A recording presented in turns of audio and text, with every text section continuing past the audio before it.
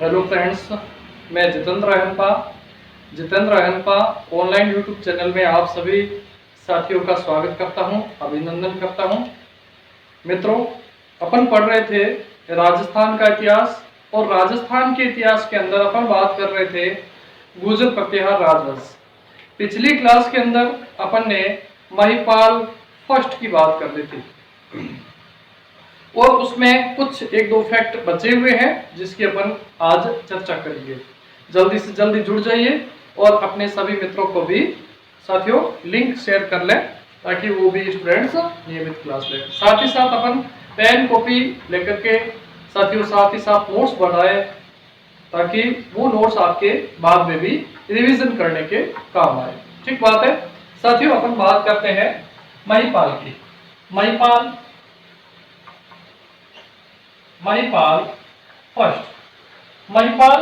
First की अपन बात कर रहे हैं और महिपाल फर्स्ट में काफी कुछ अपन ने चीजें पढ़ ली थी और भी जो कोई चीजें बची हुई है उसके ऊपर चर्चा करते हैं साथियों।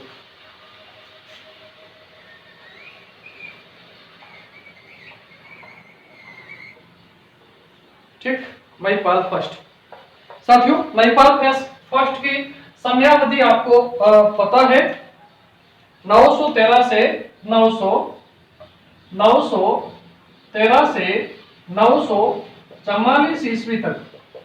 आपने पढ़ा था कल की क्लास में, पिछली क्लास में आपने पढ़ा था कि इस महिपाल के समय राष्ट्रकूट शासक जो इंद्रथड़ था उसके साथ में संघर्ष होता है, किंतु वह इंद्रथड़ मालवा को विजित कर लेता है, उसके ऊपर अपनी सत्ता स्थापित कर लेता है, किंतु वह जो गुर्जर प्रतिहार राजवंश की राजधानी कन्नौज है उसके ऊपर अपना अस्तित्व स्थापित नहीं कर पाता है।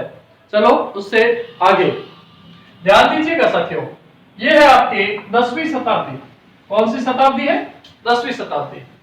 साथियों, इस महिपाल फर्स्ट के समय 10वीं शताब्दी के अंदर एक साथियों अरबी यात्री आया था।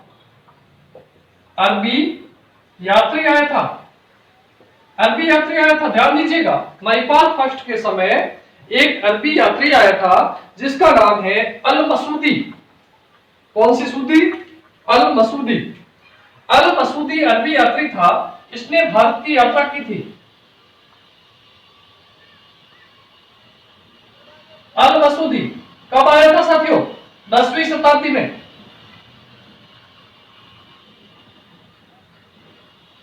10वीं शताब्दी के अंदर महिपाल फर्स्ट जो गुर्जर प्रतिहार शासक थे उसके समय जो एक अरब कंट्री का अरबी यात्री है जो अल मसूदी है, इसने भारत की यात्रा की थी, इसने हिंदुस्तान की यात्रा की थी। साथियों, इस अल मसूदी ने एक पुस्तक लिखी, उस पुस्तक के ऊपर अपन चर्चा करते हैं। साथियों, इसने जो पुस्तक लिखी थी जिसका नाम है विंडोज ऑफ गोल्ड।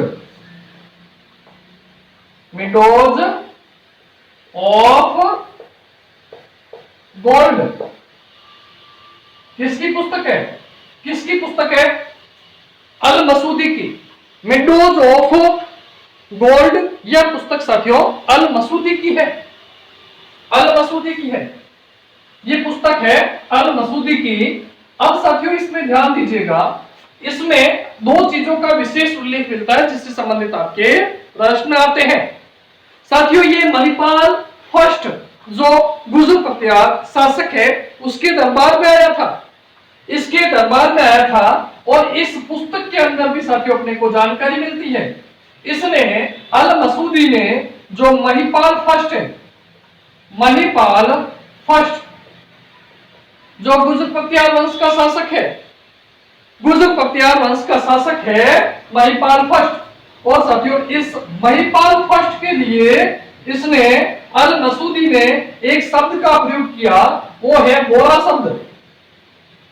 कट्टा नहीं है, ये लिखा बोरा है ना, एक दो तीन मोदी एक होता है बोरा, ये लिखा बोरा, ध्यान रखिएगा, ध्यान से सुनिएगा। अल मसूदी ने गुर्जर प्रतिहार शासक महिपाल फर्स्ट के लिए कौन सा शब्द प्रयोग किया? बोरा शब्द का प्रयोग किया, बोरा शब्द का प्रयोग किया। ठीक बात है। एक और चीज ध्यान देनी है साथियों, इसमें किसने, अल मसूदी ने, अल मसूदी ने साथियों गुजर प्रतिहारों के लिए, किसके लिए, गुजर प्रतिहार, गुजर प्रतिहार राजवंश के लिए साथियों एक शब्द का प्रयोग किया, वो भी क्वेश्चन कई बार पूछा जाता है, और वो है साथियों अल गुजर,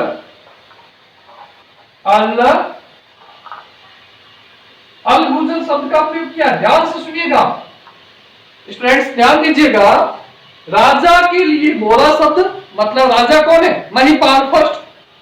अल मसूदी अरबी यात्री ने हिंदुस्तान की 10वीं शताब्दी में यात्रा की, कन्नौज की यात्रा उस समय की जिसमें महिपाल फर्स्ट गुजर प्रतिहार शासक थे।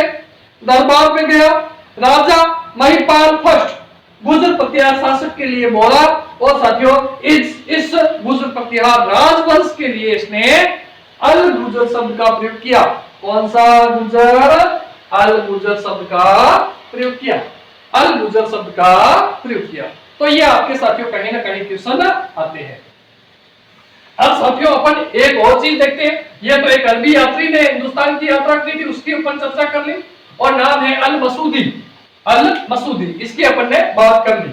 ठीक बात है साथियों। एक और नेक्स्ट चीज अपन देखते हैं, एक और नेक्स्ट चीज देखते हैं। नेक्स्ट चीज अपन ये देखते हैं कि महिपाल फर्स्ट है, इसके सामंत कहां फैले हुए थे, और साथियों कौन कौन थे।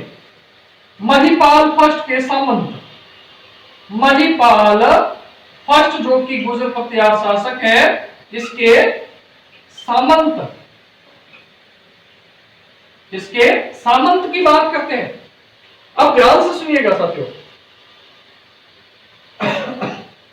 साथियों इनके यदि सामंत की अपन बात करते हैं तो ये हिंदुस्तान का मैप बनाते हैं आपके सामने।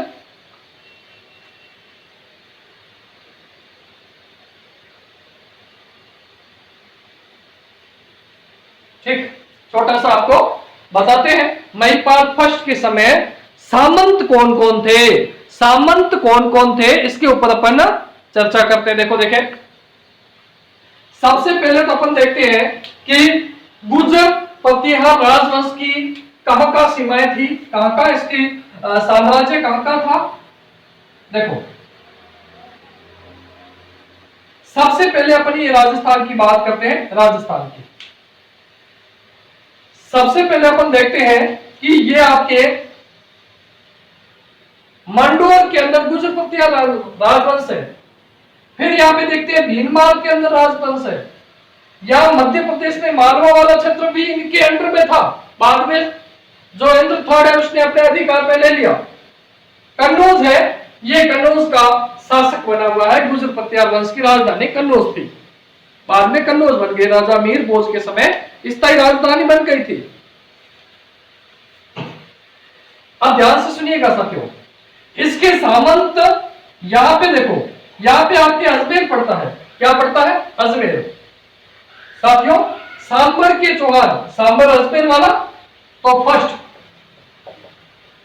सांबर के चौहान,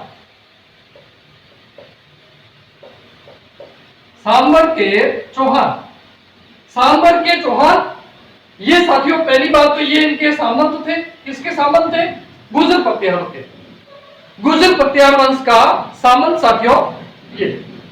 सेकंड बात करते हैं साथियों चंदेल, महोबा के चंदेल, महोबा के चंदेल। आपको पता है जब इंद्र थर्ड ने कन्नौज पर आक्रमण किया था उस समय चंदेलों की सहायता से, चंदेल सामंतों की सहायता से जो महिपाल है उसने इंद्र थर्ड राष्ट्रकूट शासक को पराजित किया था। राष्ट्रकूट शासक को कन्नौज विजित करने से असफल कर दिया। महोबा के चंदेल, फर्स्ट सांबर के चौहान, सेकंड महोबा के चंदेल। ठीक, नेक्स्ट अपन बात करते हैं, ये आपके नंबर 3, नंबर 3 साथियों ये आपके गुहिल राजवंश है। कहां पे है, नंबर 3 बात करते हैं साथियों आपके गुहिल, गुहिल, गुहिल कहां के हैं साथियों, गुहिल चित्तौड़ के हैं,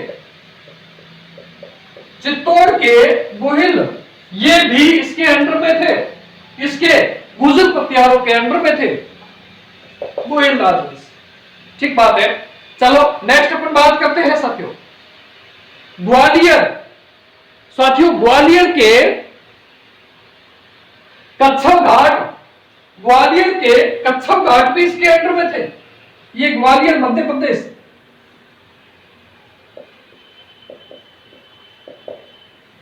ये साथियों आपके ग्वालियर के, ठीक।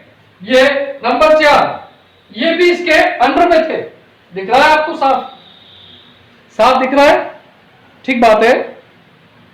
हाँ जी, तो ये आपके सांबर के चौहान, गोहिल, चित्तौड़ के, महोबा के चंदेल, ग्वालियर के कच्छप घाट, ये सभी इसके सामंत थे। अब एक और चीज है, यहां पे पड़ता है अलवर। कौन सा लवर? कौन सा लवर? अलवर। साथियों यहां पे अलवर है, और अलवर के साथियों आपके थे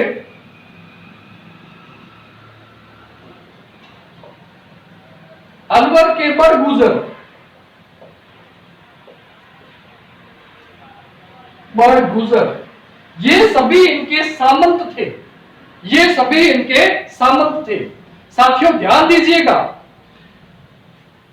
जो आपके गुजर प्रतिहार शासक है महिपाल फर्स्ट, महिपाल फर्स्ट के समय ये जो शासक थे राष्ट्रकूट राजवंश के जो सामंत थे, यह राष्ट्रकूट राजवंश के जो सामंत थे, यह सभी अपनी स्वतंत्र सत्ता स्थापित कर चुके थे।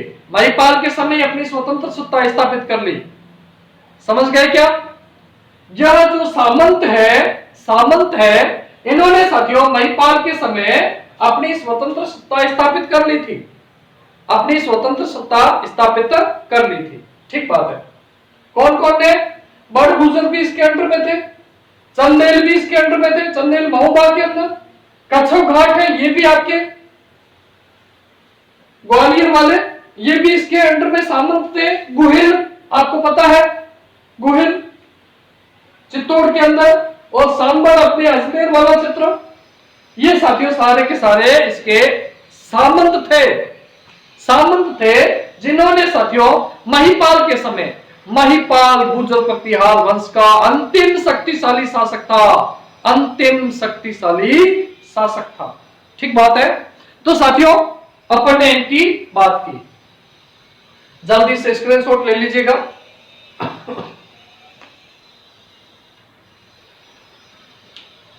जल्दी करें स्टूडेंट्स। हाँ जी, तो अपन ने महिपाल फर्स्ट के समय अल मसूदी जो अरबी यात्री है उससे संबंधित बात की, और इनके सामंत जो कि स्वतंत्र हो गए। साथियों अब इसमें अलवर के अंदर है, अलवर के अंदर 3 ब्रांचेस थी, 3 शाखाएं थी, उसकी अपन बात करते हैं।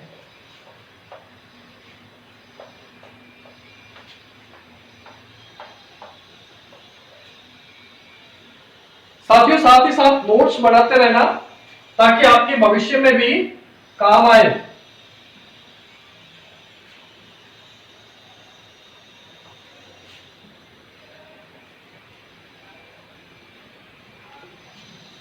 हाँ जी साथियों, ये है राजस्थान का अलवर वाला क्षेत्र, अलवर, ये है अलवर। अलवर के अंदर साथियों एक राजवंश था, राजपूत राजवंश था, जिसका नाम है बड़गुजर। कौन सा गुजर?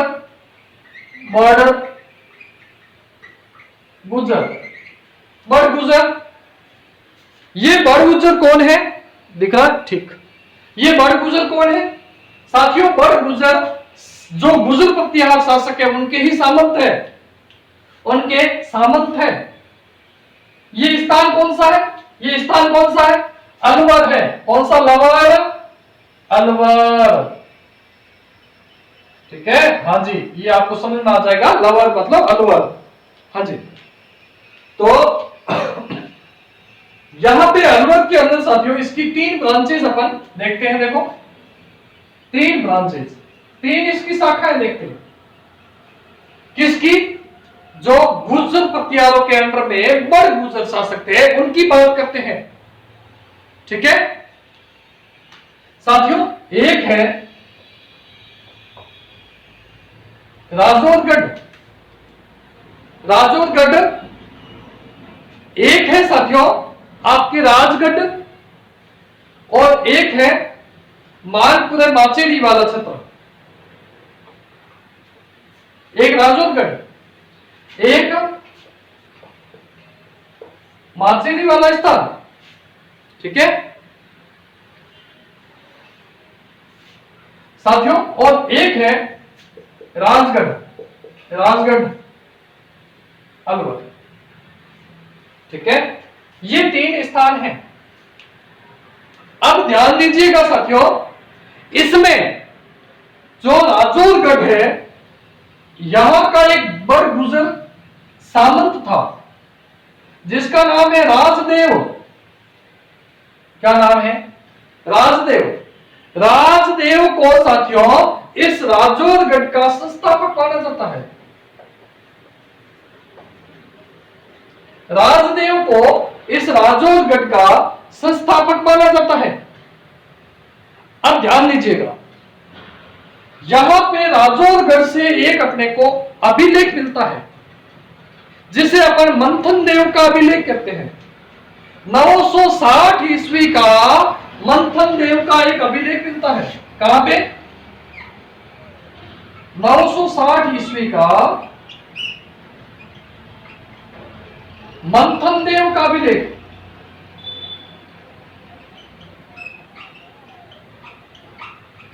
अब साथियों मैं मंथन देव का अभिलेख क्यों बोल रहा हूं? क्योंकि साथियों बड़ गुर्जर शासकों का एक अभिलेख मिलता है 960 ईस्वी का। उसमें एक शासक का उल्लेख है, एक शासक का नाम दिया हुआ है और उस शासक का नाम दिया हुआ है मंथन देव। तो साथियों मैंने आपको बताया कि एक मंथन देव जो बड़ गुर्जर शासक के नाम से, एक सामंत के नाम से साथियों एक अभिलेख मिला है, एक अभिलेख मिला है। ठीक बात है। एक साथियों इन बड़ गुर्जरों की शाखा थी मालपुरी माचोरी भी कहते हैं। ठीक है, तो ये मालपुरी माचेरी या माचोरी। ठीक है, और साथियों एक आपके है राजगढ़ वाला क्षेत्र। राजगढ़ में साथियों एक साथियों बाघ सिंह, बाघ सिंह साथियों बड़ गुर्जर यहां का एक शासक था। बाघ सिंह, बाघ सिंह यहां के एक बड़ गुर्जर शासक या गुर्जर पतियारों के सामंत थे। ठीक, अब ध्यान दीजिएगा, जैसे राजा भोज परमार की किंवदंतियां चलती है, अध धरा निरा धरा निरा लंबा सरस्वती, इसी तरह साथियों कहा राजा भोज कहा गंगू तेली। पश्चिम राजस्थान में कई टोड़े टोटके और मंत्रों के अंदर भी राजा भोज को याद किया जाता है। राजा भोज को याद किया जाता है। एक न्यायप्रिय शासक थे, कवियों और विद्वानों के आश्रयदाता थे राजा भोज परमार, जिसको याद किया जाता है। ठीक बात है साथियों, तो राजा भोज को जिस तरह किंवदंतियों में याद किया जाता है उसी तरह इन बाघ सिंह की कई किंवदंतियां चलती है साथियों अलवर के राजगढ़ के अंदर, और इनको लोक देवता के रूप में जाना जाता है। लोक देवता के रूप में इनको जाना जाता है। किसको? इस राजगढ़ के अंदर गुर्जर पतियार शासक बाघ सिंह को। साथियों इनको बाघ सिंह भोमिया के रूप में जाना जाता है। बाघ सिंह भोमिया जी,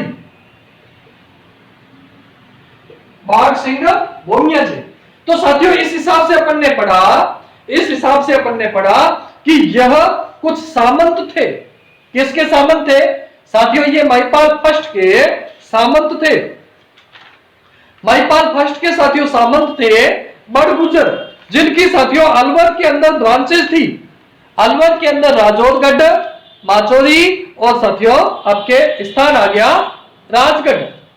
साथियों राजौरगढ़ की स्थापना राजदेव बड़गुजर ने की थी और 960 ईस्वी के अंदर मंथन देव का एक अभिलेख अपने को यहां से प्राप्त होता है, यहां से प्राप्त होता है। ठीक बात है।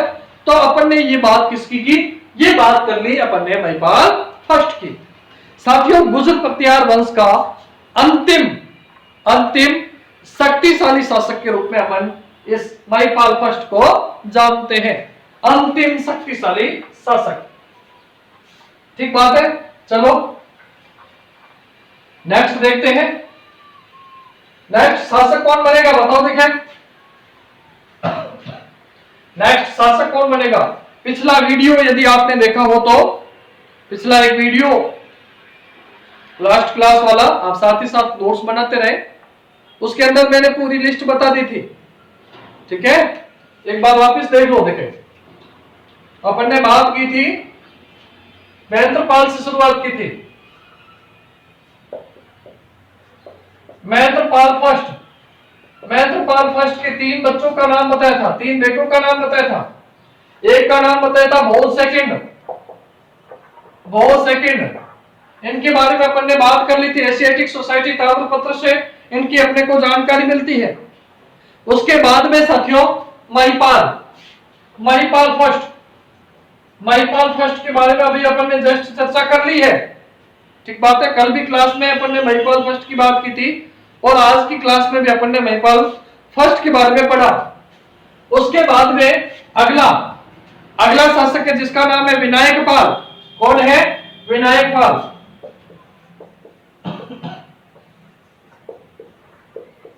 पाल। तो साथियों ये 3 बेटे थे किसके? महेंद्रपाल के। सबसे पहले भोज सेकंड शासक बनते हैं, फिर महिपाल फर्स्ट और फिर उसके बाद में विनायक पाल शासक बनते हैं। कौन बनते हैं? विनायक पाल। ठीक बात है साथियों। विनायक पाल जब शासक बनते हैं, विनायक पाल के एक बेटा होता है। विनायक पाल साथियों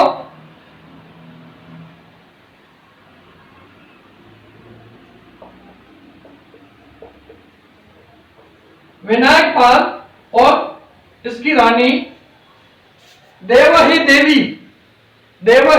देवी से साथियों एक बच्चे की उत्पत्ति होती है जिसका नाम होता है महेंद्रपाल सेकंड। साथियों भोज के बारे में देख लिया। महिपाल अंतिम शक्तिशाली गुजर पतियार शासक। विनायक पाल कोई खास उपलब्धि नहीं, बस इतना कि महिपाल फर्स्ट के बाद में अगला शासक बनता है। साथियों विनायक पाल की जो रानी है जिसका नाम है देवही देवी, जिससे साथियों आपके संतान उत्पत्ति होती है जिसका नाम है महेंद्रपाल सेकंड। साथियों इस महेंद्रपाल की भी कोई खास उपलब्धि नहीं है। महेंद्रपाल की भी साथियों कोई खास उपलब्धि नहीं है।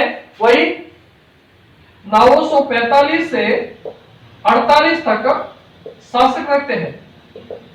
ठीक है, महिपाल महेंद्रपाल इसके बीच का टाइम है विनायक पाल का। इसका है विनायक पाल का।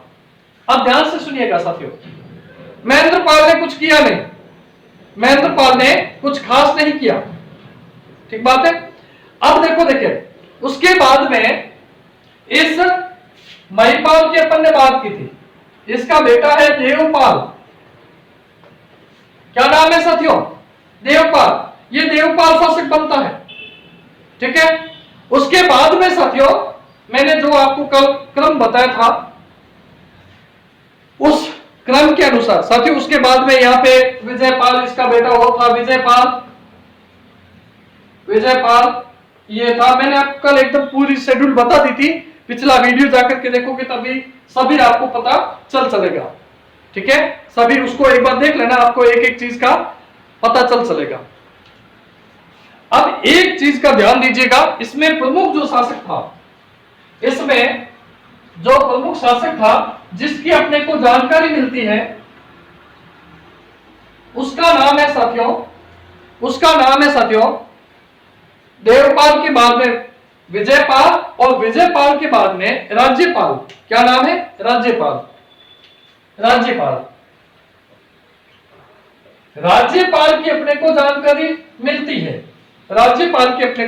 मिलती है, कुछ बीच के पिछले शासक थे जो मैंने आपके पिछले वीडियो के अंदर एकदम सही क्रम से एक एक चीज को अच्छे से बता दिया था। इस राज्यपाल की अपन बात करते हैं। अब राज्यपाल के समय एक विशेष घटना घटित होती है। राज्यपाल के समय एक साथियों यामिनी वंश का एक शासक है जिसका नाम है महमूद गजनवी। ध्यान से सुनिएगा। महमूद गजनवी ने हिंदुस्तान पर कुल 17 बार आक्रमण किए। 1000 से 1030 के बीच में कुल 17 बार आक्रमण किए। ध्यान दीजिए, जिस समय राज्यपाल शासक थे उस समय गजनवी के आक्रमण होते हैं। अब गजनवी ने किस हिसाब से आक्रमण किए उसको ध्यान से सुनो।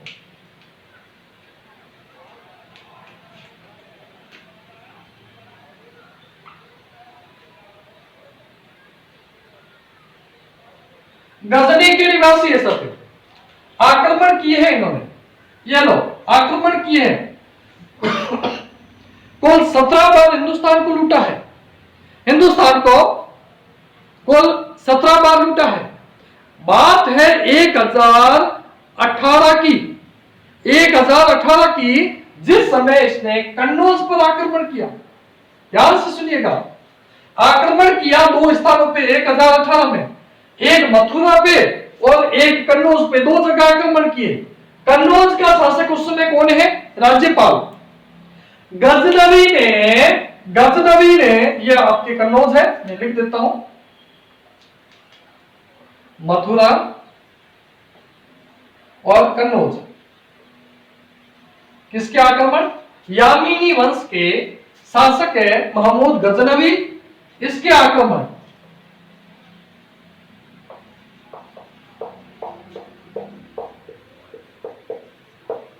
इस समय शासक कौन था? गुजर पख्तियार वंश का। उस समय शासक था ये राज्यपाल। मथुरा व कन्नौज पर जब आक्रमण किया था, उस समय सन था 1018 और साथियों इसने मथुरा व कन्नौज को लूटा।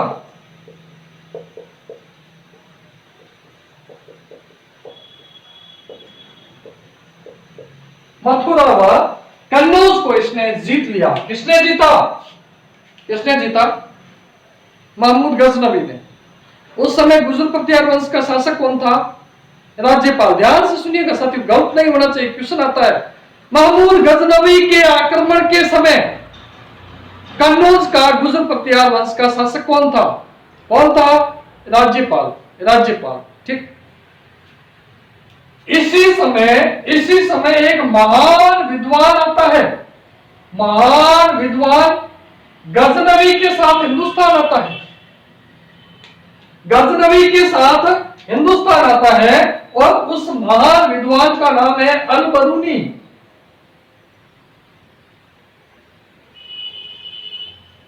क्या नाम है? अल-बरूनी। भारत आया, कब आया साथियों? अल-बरूनी साथियों खीवा नामक स्थान है, वहां का निवासी था। ख्वारिज्म के शाह के यहाँ पे साथियों ये था, और एट लास्ट गजनवी के द्वारा गुलाम बनाया गया। और साथियों वो उसकी सेना के अंदर था। महान विद्वान होने के कारण साथियों इसको राजकीय संरक्षण भी किसके द्वारा दिया गया? महमूद गजनवी के द्वारा। ठीक बात है, महमूद गजनवी के द्वारा। अल बरूनी की पुस्तक पूछी जाती है, याद है क्या? बताओ देखे, जल्दी से कमेंट में लिखो। अल बरूनी ने 1018 के अंदर भारत की यात्रा की थी, जो कि महमूद गजनवी के दरबार में था। साथियों, इसने संस्कृत भी सीखी थी, ध्यान रखना, कई भाषाएं सीख रखा था ये। तो अल बरूनी ने पुस्तक कौन सी लिखी? हाँ जी, कमेंट में।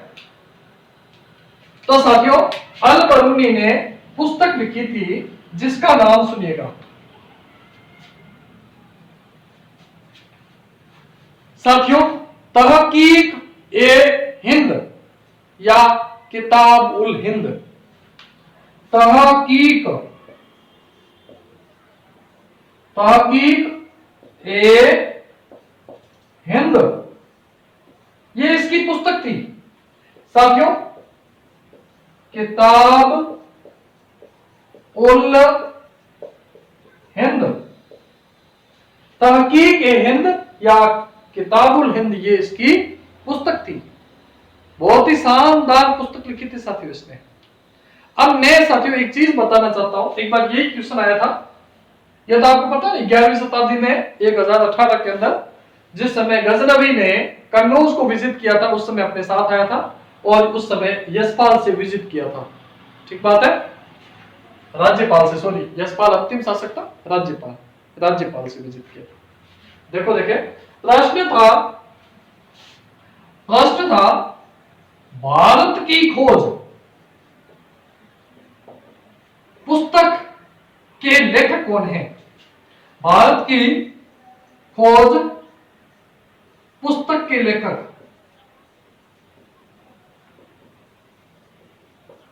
कौन है? ये क्वेश्चन है आपके सामने।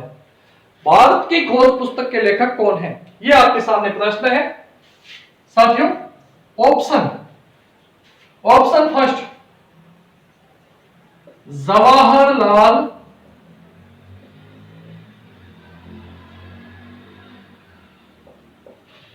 Nehru, B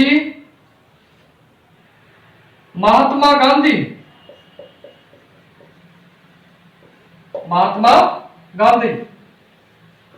C Annie Besant, D कोई नहीं। जल्दी से जवाब दीजिएगा, जल्दी से जवाब दीजिए। भारत की खोज पुस्तक के लेखक कौन है?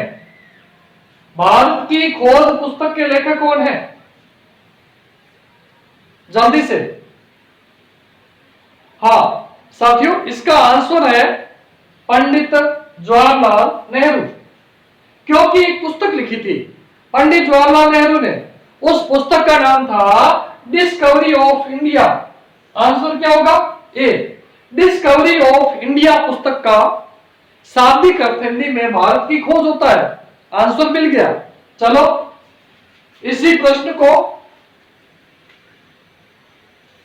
एक बार वापस नए सिरे से, नेहरू जी का नाम हटा देते हैं। यहां पे लिखता हूं ए में अल बरूनी,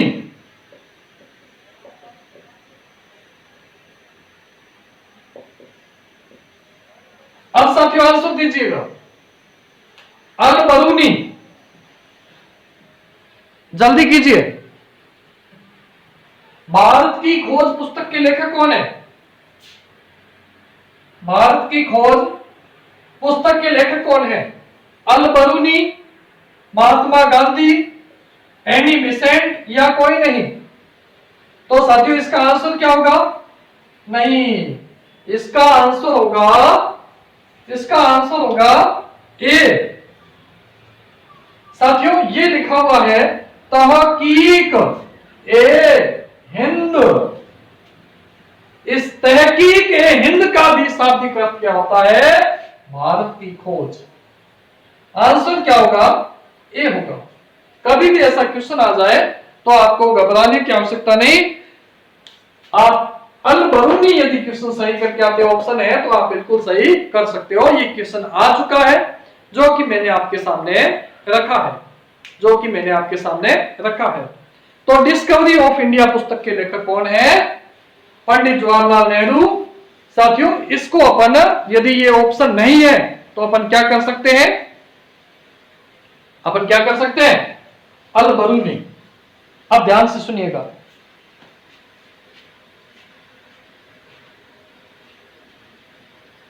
हाँ जी,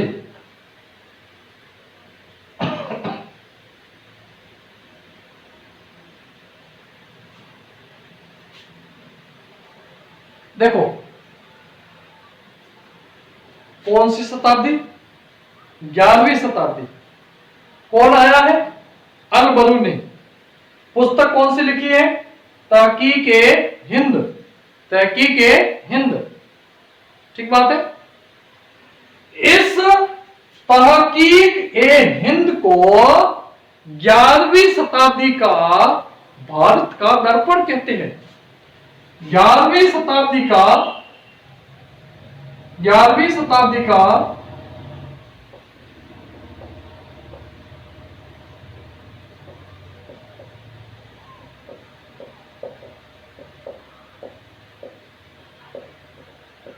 ग्यारहवीं शताब्दी का भारत का दर्पण किसे कहते हैं? पुस्तक को कौन सी पुस्तक है?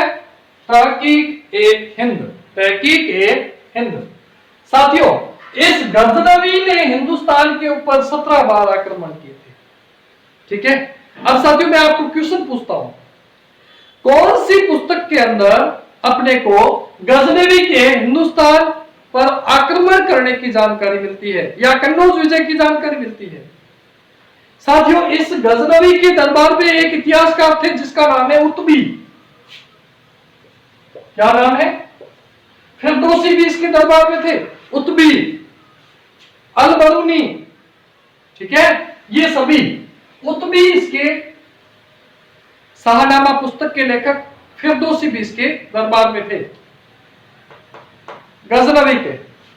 साथियों, इस उत्बी ने इस गजनवी के वंश, कौन से वंश? यामीनी वंश पर एक पुस्तक लिखी थी जिसका नाम है तारीख ए यामीनी। तारीख ए यामीनी पुस्तक। साथियों, इस तारीख ए यामीनी पुस्तक में इस उत्बी ने कन्नौज विजय या भारत विजय की जानकारी मिलती है। तारीख ए यामीनी पुस्तक है, इसके अंदर अपने को जो गजनवी के द्वारा हिंदुस्तान विजय की जानकारी अपने को प्राप्त होती है, ठीक बात है। तो ध्यान रखना, ऐसा कोई क्वेश्चन आ जाए तो अपने सही कर लेना, ठीक बात है। अब क्या हुआ? राज्यपाल के ऊपर आक्रमण किया। राज्यपाल के ऊपर आक्रमण किया। राज्यपाल साथियों गजनवी से हार जाता है। यह है गजनवी। गजनवी के आक्रमण होते हैं साथियों, गजनवी हार जाता है। अब देखो, देखिए, हार गया, हार गया तो हार गया। साथियों, अब क्या होता है? अब ध्यान से सुनिएगा। इस राज्यपाल ने जो संगठन बनाया था गजनवी से भिड़ने का, अपने सामंतों को मिला करके, वह सफल नहीं हुआ, ठीक बात है। अब ध्यान दीजिए, इसके अंडर में जो चंदेल शासक है जिसका नाम है विद्याधर चंदेल, किसके अंडर में? इस राज्यपाल के सामंत है। अब उसने क्या किया कि इसने गजनवी से, चलो इसको पहले कर लो, स्क्रीनशॉट ले लो जल्दी से ले लिया होगा संभवतः। तो साथियों, इसने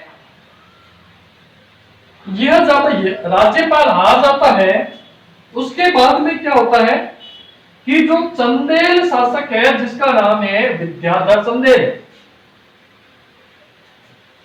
विद्याधर चंदेल है,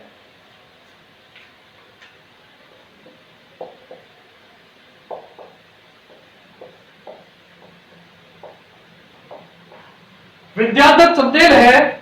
और साथियों, ये क्या है? एक इसका साथ में इसका मित्र था, दूबखंड का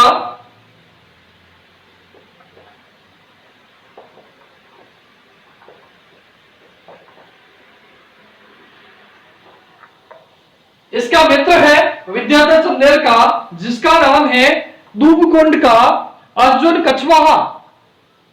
दूबकुंड का, ये का लिखा हुआ है, हाँ, दूबकुंड का अर्जुन कछवाहा, ये इसका मित्र था। इन दोनों ने अपना संयुक्त गठबंधन बनाया। किसके खिलाफ बनाया? इस राज्यपाल के खिलाफ बनाया।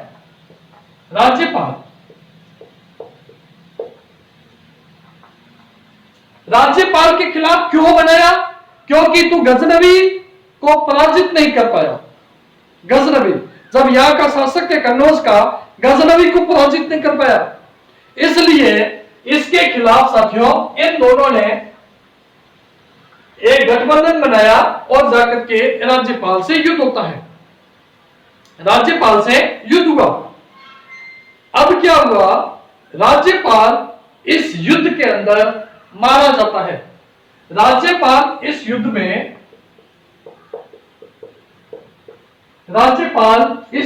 अंदर मारा गया। राज्यपाल इस युद्ध के अंदर मारा गया। साथियों कहते हैं कुछ इतिहासकार की, जो ये अर्जुन कछवाहा है, इसका तीर लगने से राज्यपाल की मृत्यु हो गई। जो भी विद्याधर चंदेल और दूबकुंड का जो अर्जुन है, कछवाहा है, इन दोनों के संयुक्त गठबंधन से साथियों राज्यपाल एट लास्ट इस युद्ध में पराजित हो जाता है और मारा जाता है। ठीक बात है। अब ध्यान दीजिएगा, इस राज्यपाल के बाद में अगला शासक है जिसका नाम सुनो, त्रिलोचन पाल। कौन सा लोचन? त्रिलोचन।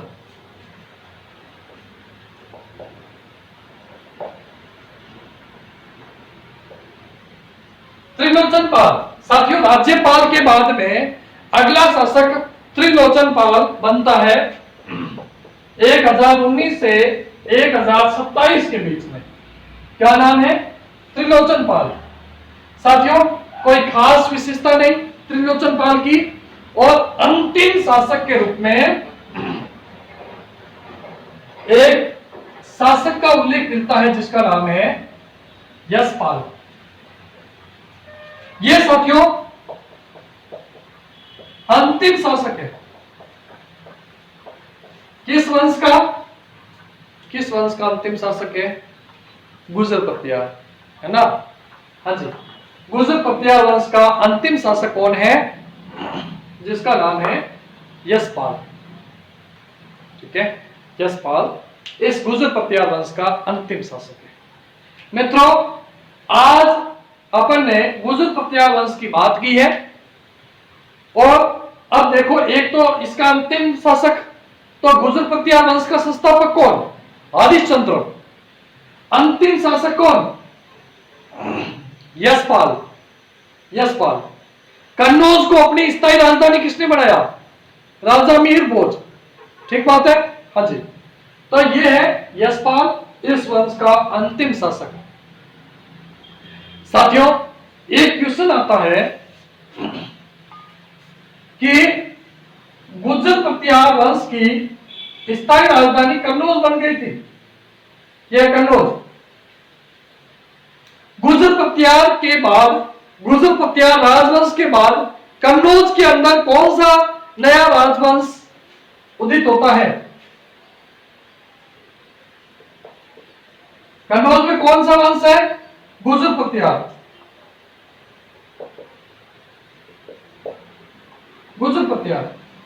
इन गुर्जर पतियारों के बाद में अगला नया राजवंश कौन सा उदित होता है? साथियों अगला नया राजवंश कौन सा उदित होता है? ध्यान दीजिएगा, गढ़वाल राजवंश। सहयोगिता की कहानी नहीं सुनी क्या?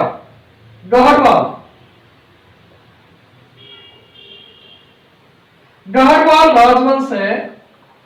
यह आपके इस गुर्जर पतियार राजवंश के बाद में अगला राजवंश कन्नौज के अंदर स्थापित होता है।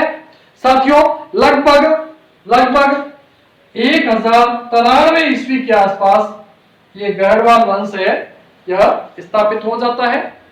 अब ध्यान दीजिएगा, एक जो चंद्रदेव गढ़वाल है उसने साथियों यहाँ पे कन्नौज के अंदर गढ़वाल वंश की शाखा की स्थापना की थी। साथियों संस्थापक कौन है? चंद्रदेव गढ़वाल। चंद्रदेव गढ़वाल है, इसने साथियों इस गढ़वाल राजवंश की स्थापना कहां पे की थी? कन्नौज में। कन्नौज में कर दी थी। ठीक बात है। तो साथियों आपके जो गुजर पख्तियार राजवंश है इसमें अपन ने काफी कुछ पढ़ लिया है। राजस्थान जीके की यदि अपन बात करते हैं तो राजस्थान जीके के अंदर गुजर पख्तियार शासकों से संबंधित क्वेश्चन आते हैं। कुछ महत्वपूर्ण शासकों के स्टार्टिंग के हैं उसके आते हैं, किंतु एक चीज का ध्यान दीजिएगा, गुजर पख्तियार शासकों के द्वारा चलाई गई एक स्थापत्य शैली थी जिसका नाम था महामारू शैली या गुजर पख्तियार शैली। स्थापत्य कला थी गुजर पख्तियार वंश की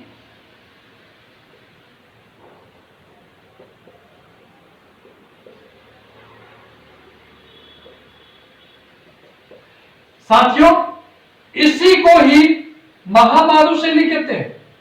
महामारू शैली, ठीक बात है, महामारू शैली कहते हैं।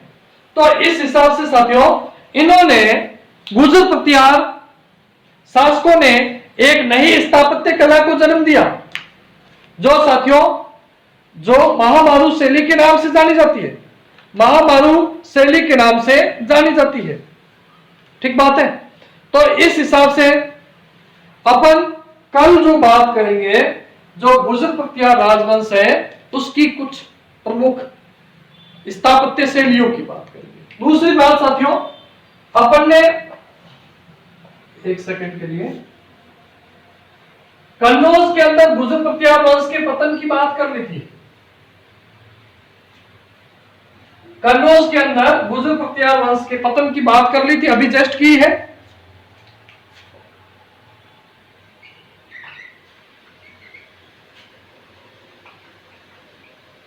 ठीक, कहां पे था? एक तो आपके राजस्थान के अंदर, मालवा के अंदर और कन्नौज के अंदर तीन जगह गुजर पख्तियार वंश का प्रमुख मोर्चा था। प्रमुख मोर्चा था। ध्यान दीजिएगा, जो राष्ट्रकूट है दक्कन वाले, यहाँ पे दक्षिण भारत महाराष्ट्र के पास वाले दक्कन के जो राष्ट्रकूट है, यह इनके साथियों राष्ट्रकूटों के पहले सामंत थे गुजर पख्तियार। समझ में आया? राष्ट्रकूटों के सामंत कौन थे? गुजर पख्तियार। और गुजर पख्तियारों के सामंतों के नाम आपको सब पता है। गुहिल है, चौहान है सांबर के, जो आपके खजुराहो के जो मंदिर बनाए हैं, चंदेल शासक है।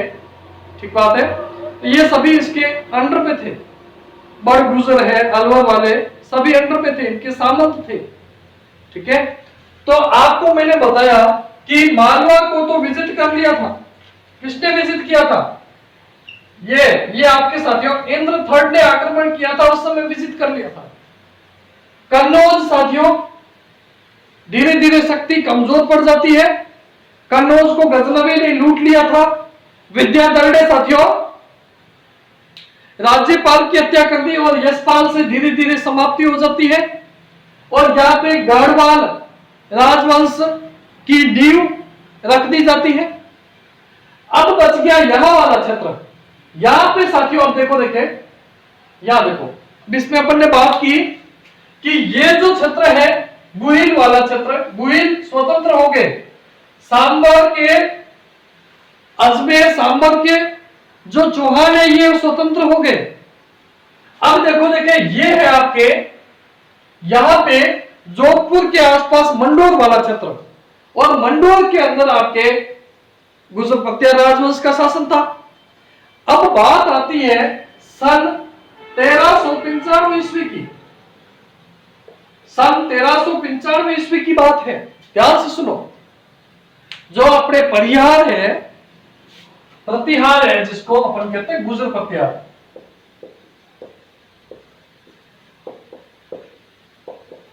गुजर प्रत्यार। इनको साथियों परिहार भी कहते हैं, परिहार। इसको परिहार भी कहते हैं, ठीक है। परिहार या परिहार भी कहते हैं, ठीक बात है। अब क्या है कि ये जो आपके मंडोर के आसपास वाले हैं, मंडोर कहां है?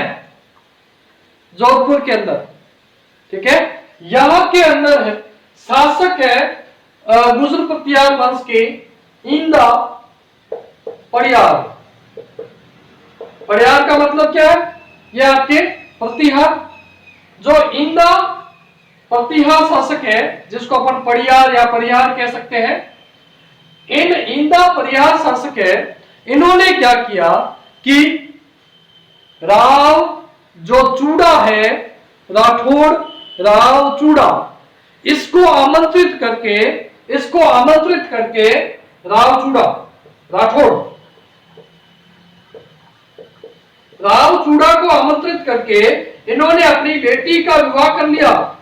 कुछ पुस्तकें चंद्र कंवर बेटी नाम बताते हैं, चंद्र कंवर। तो इन राव चूड़ा का विवाह इंदा परिहार है, इनकी बेटी से विवाह हो जाता है।